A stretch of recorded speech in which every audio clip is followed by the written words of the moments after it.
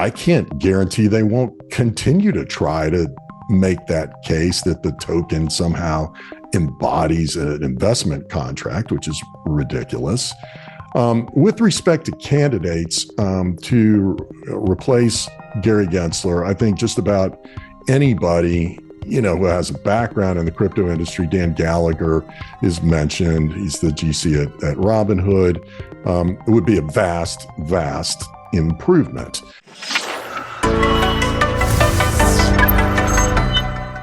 This episode is brought to you by Gemini, which is one of the top crypto exchanges in the industry. I've been a user of Gemini for many years. They make it easy for you to buy, sell, and trade crypto.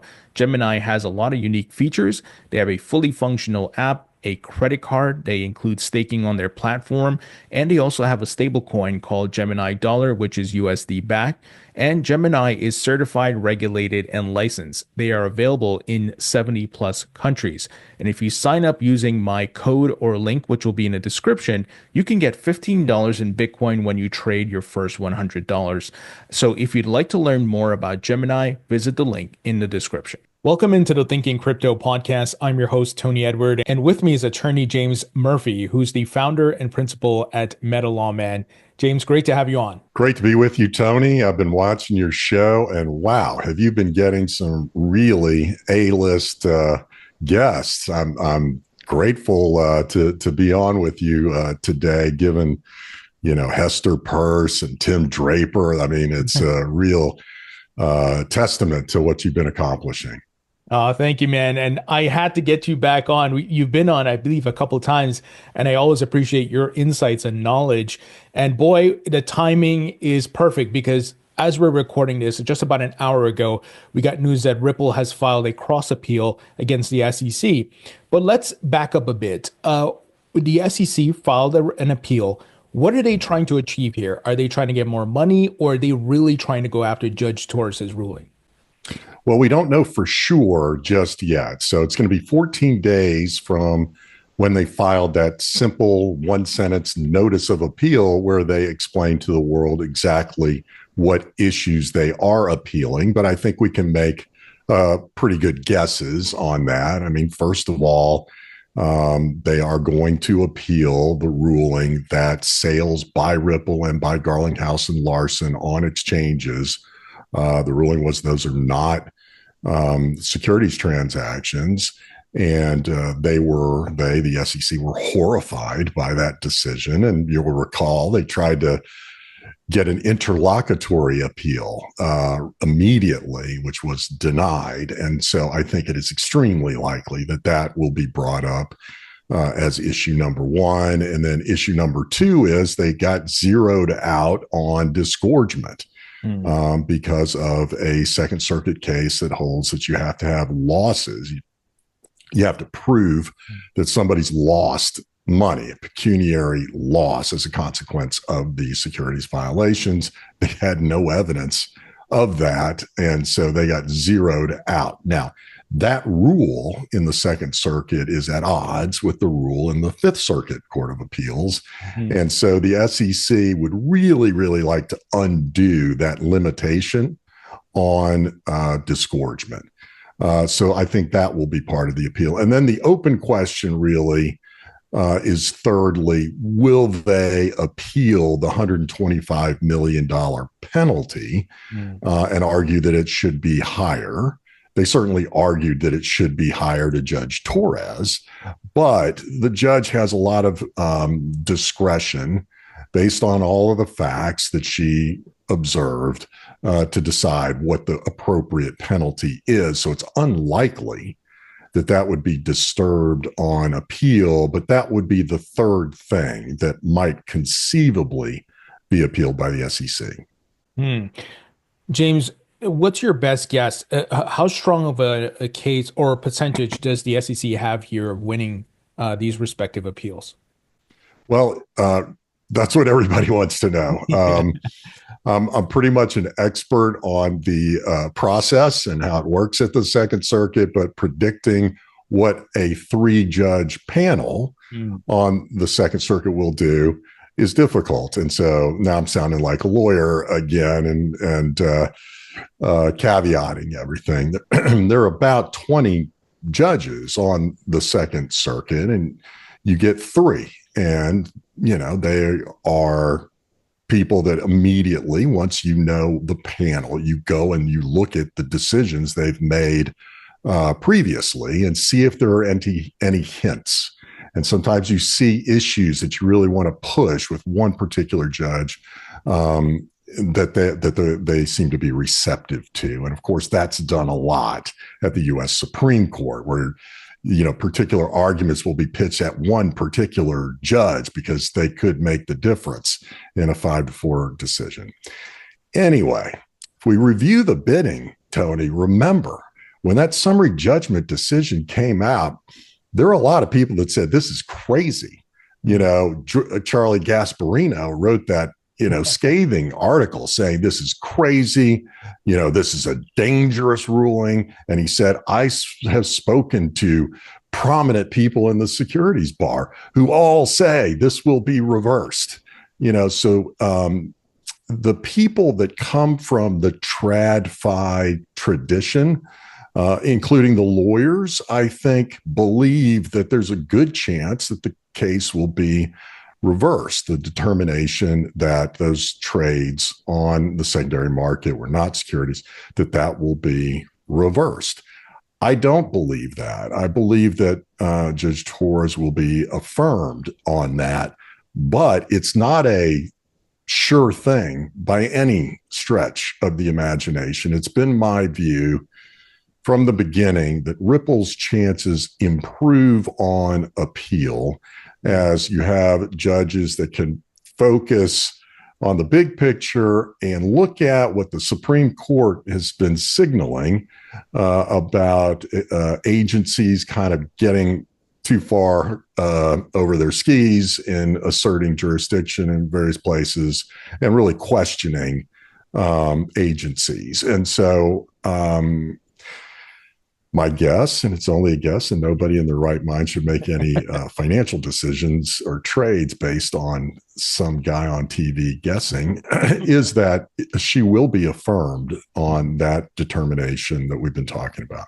And of course, if Congress is able to do their job and get regulations through, and let's say a new president comes in, let's say it's Trump, and his Fit 21 bill makes it out of the House, signed into law, that could play a factor in all of this being put to bed, right? Could be a very big factor, very big factor.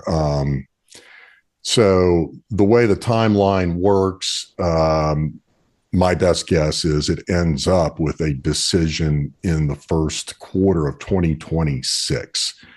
And so that means we have the entire legislative year of 2025.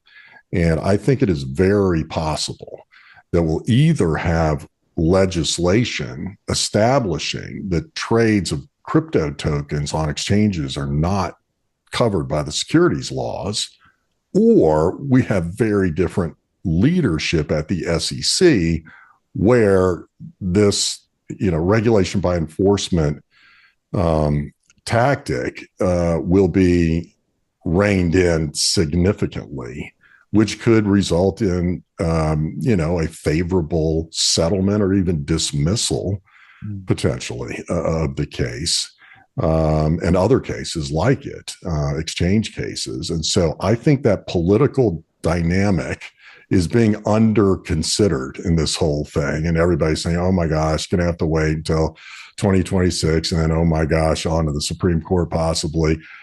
I really think there's a better than 50-50 chance that something's going to happen in Congress with legislation signed by by the president, or significant direction change and pivot at the SEC, which would change the entire dynamic of this case. Yeah, absolutely. Because I saw Chuck Schumer, a top Democrat, I saw Patrick McHenry and some of the other Republicans talk about they want to get something done in the lame duck session by the end of the year. And I don't know if that's going to happen, but to your point, we at least have all of 2025 to get this sorted out. And I think there's a high probability, because no one saw the Fit 21 getting passed this year through the House and 71 Democrats joining Republicans.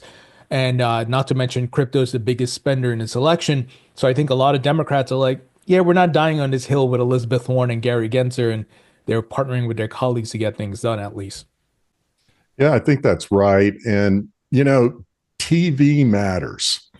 And so the way Richie Torres, the very liberal congressman from the Bronx in New York, is able to just, skewer Yeah. and really make fun of Gary Gensler and his approach to crypto, that hurts because Richie Torres is a star in the Democratic Party, and he's an up and coming star.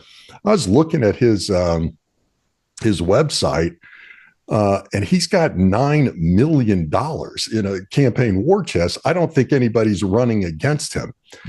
So this is a guy to watch, and it's just not good for the administration to be putting up a head of an important agency like this to get humiliated, with some regularity. So even if, Kamala Harris wins, I just don't think Gary Gensler is going to serve out his term. I could be wrong.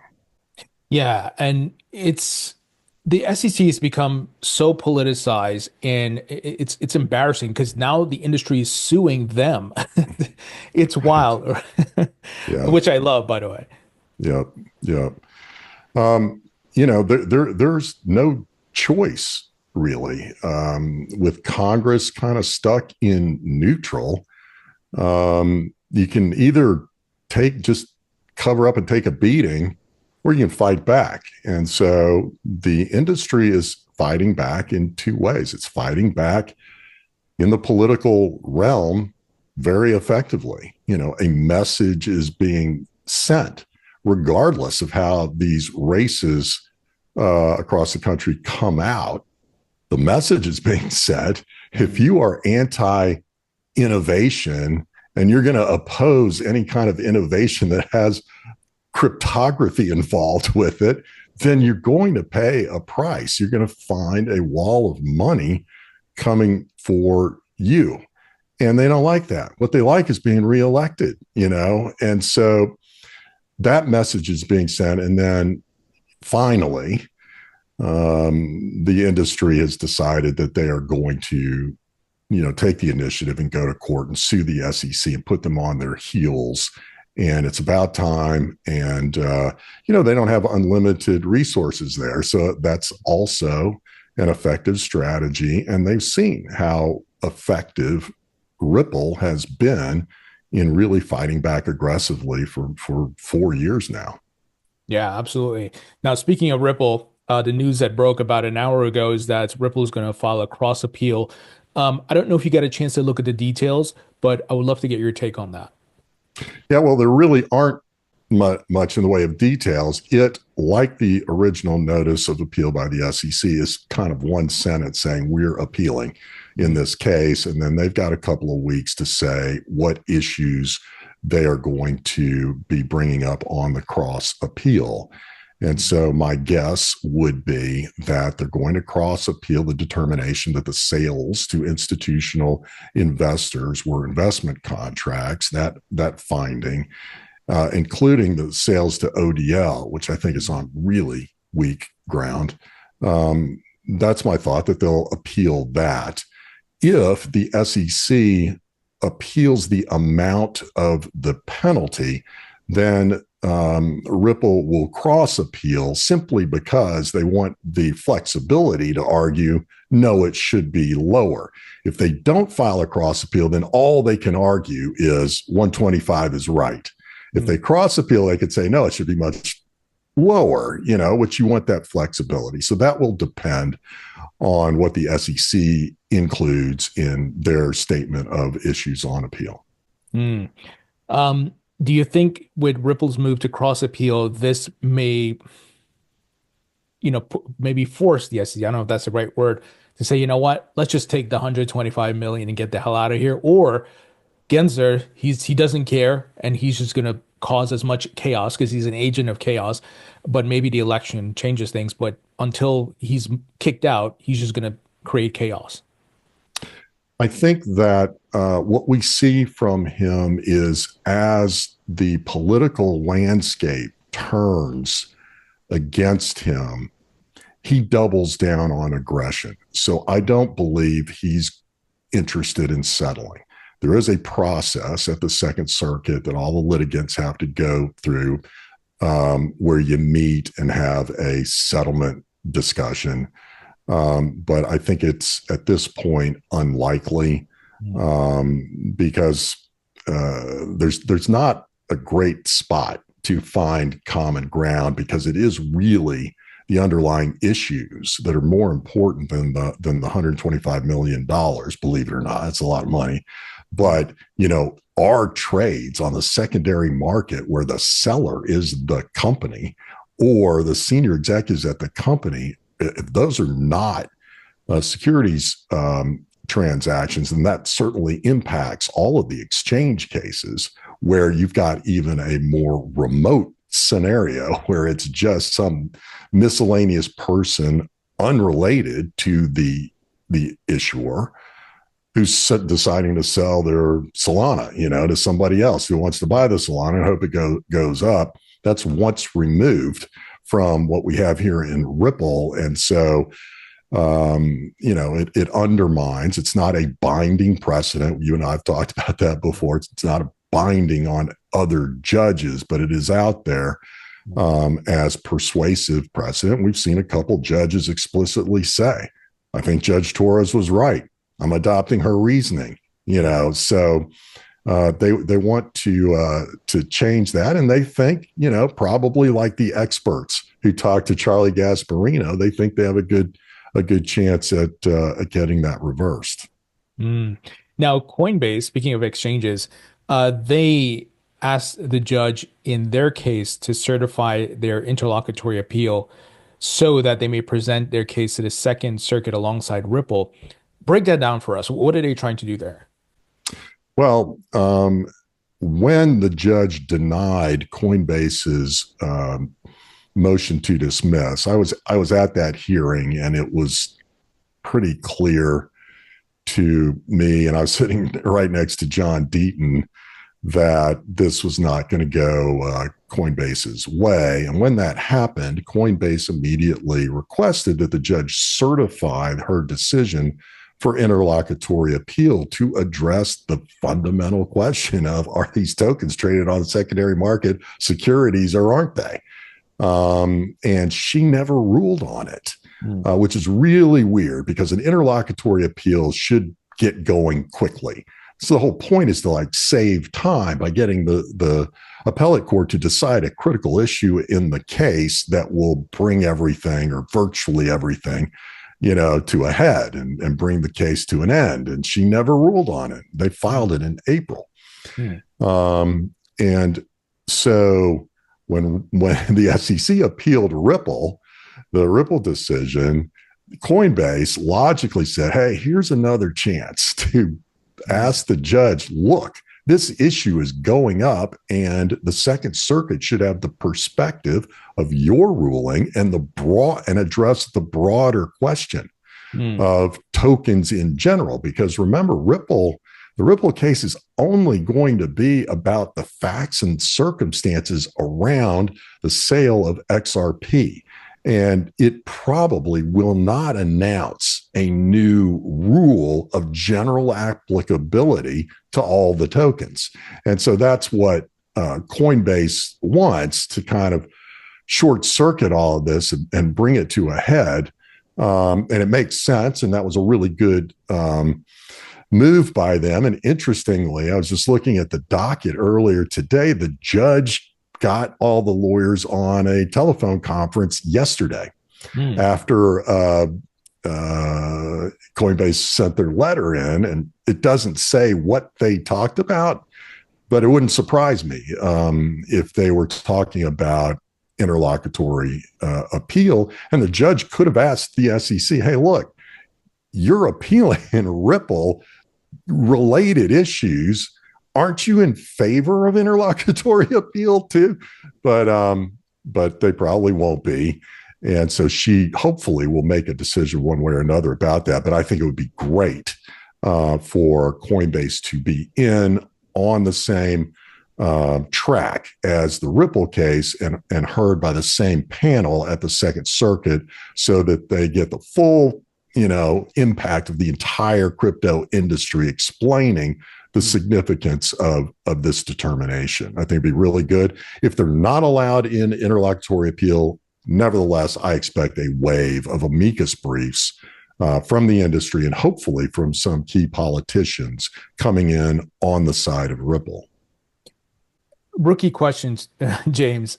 Why didn't the judge complete the work there in that Coinbase case? Is that some sort of malpractice? Well, this happens, and this is one of the most frustrating things for clients.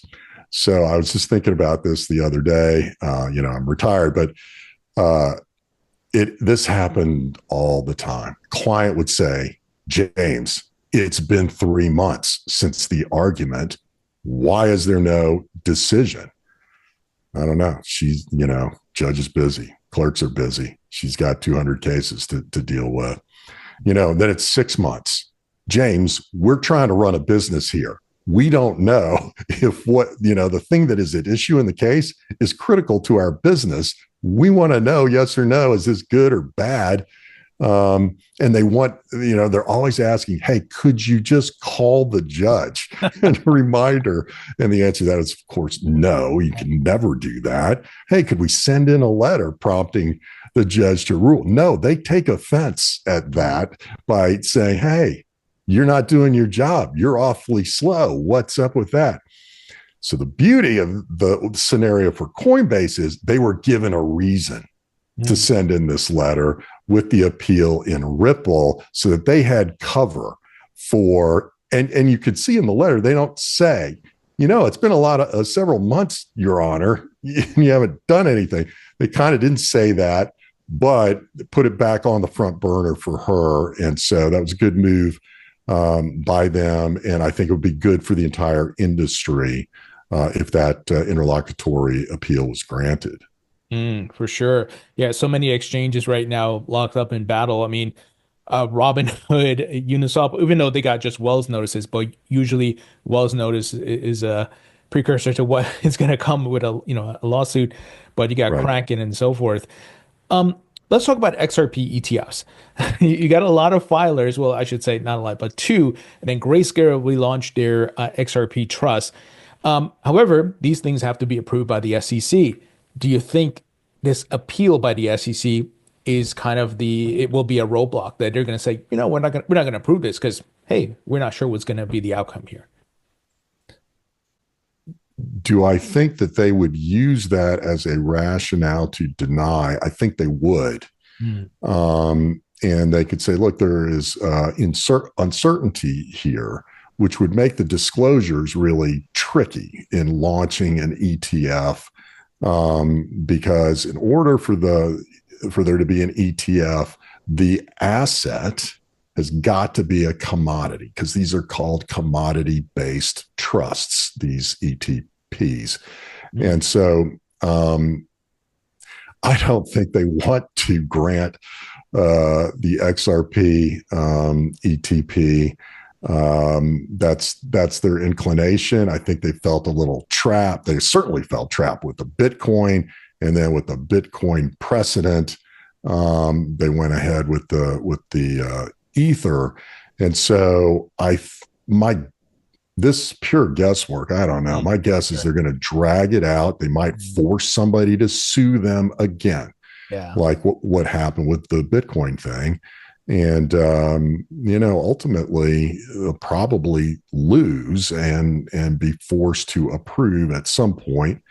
But again, this is another one of those instances, as you pointed out, where there's this whole political dynamic. And so if the leadership of the SEC were to change, then you'd have certainly a lot more openness to these kinds of products. Yeah. And you know what I thought about as you're saying that? The hearing we had just a couple of weeks ago, where all five commissioners were before the House Financial Committee. And the question was asked to each commissioner, yes or no, would you be open to Congress providing updated legislation and so forth? You got yeses from even the Democrat commissioners like Crenshaw and so forth, and obviously Hesseberst Markueta. But Gensler couldn't even answer that. And he's just like, trying to answer a question with a question and stalling and, deflecting. It's pathetic. And boy, I can't wait for this guy to get out of there. And I know just this, was it this week? Yeah. We got some candidates who could potentially replace him Right. that came out from the Trump camp. What are your thoughts on some of those guys? Well, a couple of things. One, as I watched that hearing, I really felt like this whole discussion of fair notice was really helped a lot. I mean, there have been many, many statements by Hester Peirce and dissents and Ueda, but this one, it seemed like it was dialed up, on the stereo up to 11, that there's no way of knowing what the guy at the end of the table here, Gary, might be up to next. It's impossible to predict. And that's not the way our system is supposed to work. You're supposed to have a rule of law that is clear so that people can comply with that rule of law. And if they choose to violate that rule of law, great, they get prosecuted for that. But you got to start with a rule of law. And now the thing is just morphing to where the SEC apologized for using the digital asset security term to imply that the token is itself a security. That they apologize to one judge, but I can't guarantee they won't continue to try to make that case that the token somehow embodies an investment contract, which is ridiculous.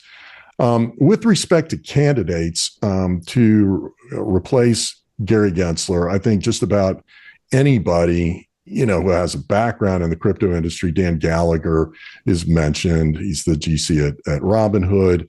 It would be a vast, vast improvement. But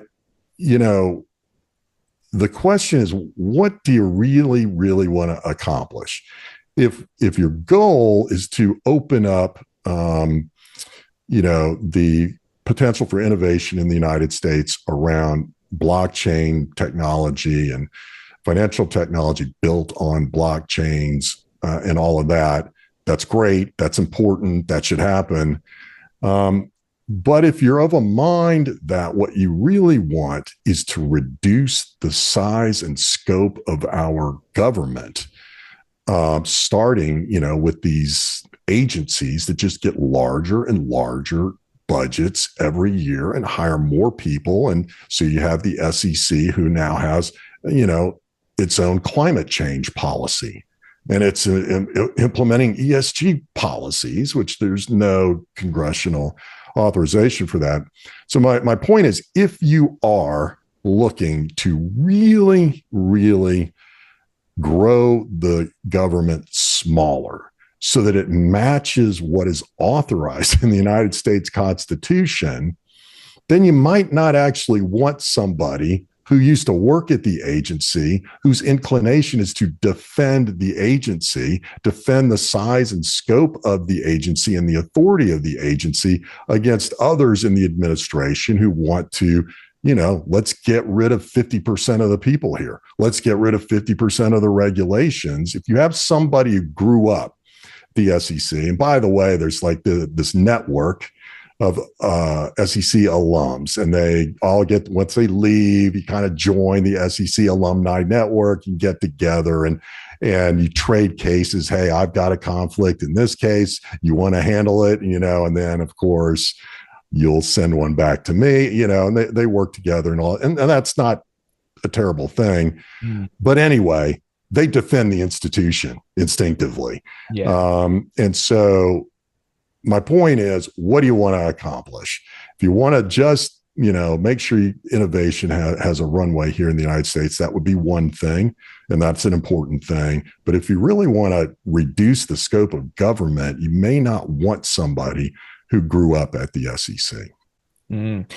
Now, speaking of the alumni, we got SEC Director of Enforcement is leaving, Gurbir Grewal. He's going to be out, I think, by tomorrow. And there's talks that he's going to go to a law firm that is supposedly defending crypto companies. And I'm just like, what the hell is this? Is this crazy revolving door? And I know it's not specific to the SEC. This happens, as you mentioned, these government agencies get so big, these people get so much power and so forth. And I'm just like, how do you spend years attacking in the industry and now you're going to go work in the industry? And we saw Jay Clayton do that too, Bill Hinman and so forth. Well, this is interesting, something I was heavily involved with in my career, recruiting people from the SEC. The law firm Milbank is a very old, established, old line law firm that's been around for a long, long time, well over 100, 150 years. And it has a fantastic reputation. I was a little surprised by this hire. I don't think Milbank is on the forefront of representing the crypto industry. That's not to say they don't have crypto clients. Sure. But if you were to ask me to write down a list of 10 law firms, they would not be on that list of those fighting for the crypto industry. But when I was recruiting from the SEC, we would do very significant background checks on anybody we would bring in, certainly as a partner. There's hiring from law schools of young lawyers just starting out. But when you hire a partner, you don't want to make a mistake. So you do a deep study, or at least we did, because we maintain a very, very high bar for talent. And it's the reason that we went from non-existent in 2010 to being recognized as the #1 securities regulation law firm in the country in 2021. Because we were really strict about our hiring. So why am I saying all this stuff? Well, the reason is this guy had a role in the debt box case. Mm-hmm. He was not the guy on the ground in Utah handling the debt box case day to day, for sure. But what happened was when those guys got in trouble and the judge issued an order asking the SEC to explain why they should not be sanctioned, then Grewal got involved. Mm-hmm. And the judge was not impressed by his involvement. And the judge pointed out that the SEC misrepresented some case law to him after the misconduct had come to the surface, and that it was at the same time that Grewal submitted an affidavit in the case. He was personally hands-on involved, and there were more problems at that time. The problems were compounded, and the judge said that. It's not me saying this. And they doubled down on misrepresentations to the judge. And so what exactly the role of Mr. Grewal was in all of this, I do not know, but he was certainly involved, and that would have given me personally some pause in hiring him. Yeah, but I think Eleanor Turd of Fox Business highlighted that there's already a former SEC official there who's actually defending Binance, working on the Binance case, and Grewal is the one who launched the enforcement action against Binance. So part of me is like, are these guys not really true believers in what they're doing, and they just follow orders from Gensler, but when they leave, they're like, okay, I'm going to go work for the crypto industry because maybe I can get a nice paycheck. I'm not saying there's not anything necessarily wrong with doing that, but like you were just on the forefront of attacking the industry. It's just so weird. Yeah, I would say too that the Ripple case itself is a little bit weird, and why that was brought in the first case. In general, I would say this is very typical and normal. Because let's face it, Ripple's got Mary Jo White and Andrew Seresny representing them, Seresny being the former director of enforcement, an exact parallel situation. In Binance, they've got Bill McLucas, who was a legend at the SEC and enforcement. And so when you're looking for the best lawyers to defend you, typically that's why I hired so many SEC lawyers. We had a couple dozen in my firm. You want people who are experienced, and the SEC hires really good, smart people in general. And then they learn, inside the agency how everything works and the strategies that are effective, those that are not. And so it's not unusual at all in our business. I remember distinctly one of my partners, we were in the division of enforcement there for what's called on the record testimony, which is essentially a deposition. And we were walking down the hallway with my client, and I brought my partner because he worked at the division of enforcement for a long time. And what happened was a number of lawyers came out of their offices and hugged my partner. And so my client was looking at this saying, "This is great. I must have the right lawyers here. They're hugging my lawyers." So that just gives you sort of an indication there is a value there to hiring people who have been there, done that, and still have relationships where you can have good, honest exchange of information. Hey, where is this investigation actually going? And can we work something out? It's easier to settle perhaps with someone that you've known for a long time, with more frank dialogue between the two of you. So in general, it's not unusual. I think with Grewal and his involvement in the debt box thing me personally, I'm just speaking for me, would give me a little bit of pause. Man. Anyway, let's move on because I'm upset about that. So now Crypto.com launched a proactive lawsuit against the SEC. We saw Consensus did this, and there was one out of Texas, Legilex as well. I think it was earlier this year or last year. What are your thoughts on Crypto.com proactively going against the SEC after getting a Wells notice? Well, I think it's good to be aggressive. I think they've got a tough challenge because the SEC always counters with the case is not ripe.